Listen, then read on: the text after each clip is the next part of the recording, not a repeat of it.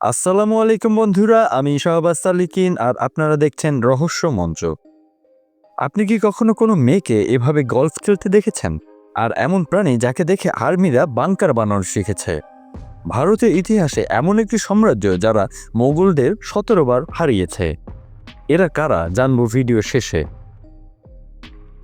পৃথিবীতে হাতে গোনা কিছু মানুষই আছে যারা গলফ খেলতে পারে, কিন্তু তানিয়া তারা নামের এই মেয়েটি শুধু গলফ খেলতেই পারে না, এই খেলাকে নিয়ে গেছে অদ্ভুত এক লেভেলে। আর সেটা কিভাবে আপনি নিজেই দেখে নিন। তার হাতে রয়েছে এমন জাদু যে তার হাতের গলফ স্টিক আর এই গলফকে যেখানে ইচ্ছে তার এক ইশারায় পাঠিয়ে দিতে পারে। শুধু পটই নয়, দুনিয়ার যে কোনো কিছুকে পট বানিয়ে এই বলকে নিশানা বানাতে পারে। সেটা কতটা পারফেক্টলি সেটা তো আপনি দেখতেই পাচ্ছেন।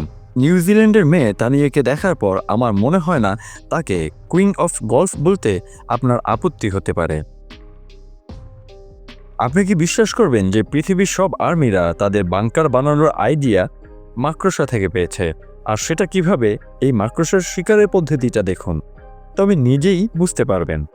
এই মাকড়সা তার বাংকার থেকে বের হয়ে শিকারকে তার বাংকারে টেনে নিয়ে গেল। টেকনিক্যাল ভাষাতে একে বুবি ট্র্যাপ বলে। মাকড়সা শুধু জালই বানায় না, তার শিকারও ফাঁসায়। এই কাজটি ট্যানজিডেন নামের মাকড়সা করে থাকে। সে শিকারের আশেপাশে ম্যামোফ্রোড তৈরি করে, যেখানে বিপজ্জনক জায়গায় দাঁড়িয়েও শিকার মনে করে যে সে নিরাপদ জায়গায় রয়েছে। আর সেই ফাঁকে এই মাকড়সাটি ঢাকনা খুলে শিকার করে নেয়। কুমিরকে রেপটাইল এর লিস্টে রাখা হয়, যার অরিজিন লিজার্ড ফ্যামিলির মনে করা হতো। কিন্তু নতুন এক গবেষণায় সায়েন্টিস্টরা পেয়েছে যে কুমিরের আদি জাতি পাখি ছিল, যা আজ থেকে ২৪০ মিলিয়ন বছর আগে পৃথিবীতে ছিল।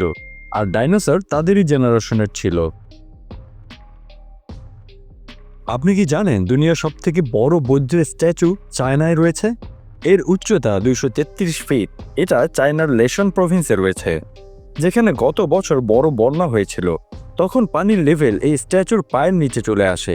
এটা বলার কারণ হচ্ছে এখানে মানুষ মনে করে এই পানি যখন বৌদ্ধের পাকে ছুবে তখন দুনিয়াতে কোনো না কোনো মুসিবত আসবে। ১৯৪৯ সালে এমন একবার হয়েছিল, তখন চায়নায় ভয়াবহ বন্যা হয়েছিল।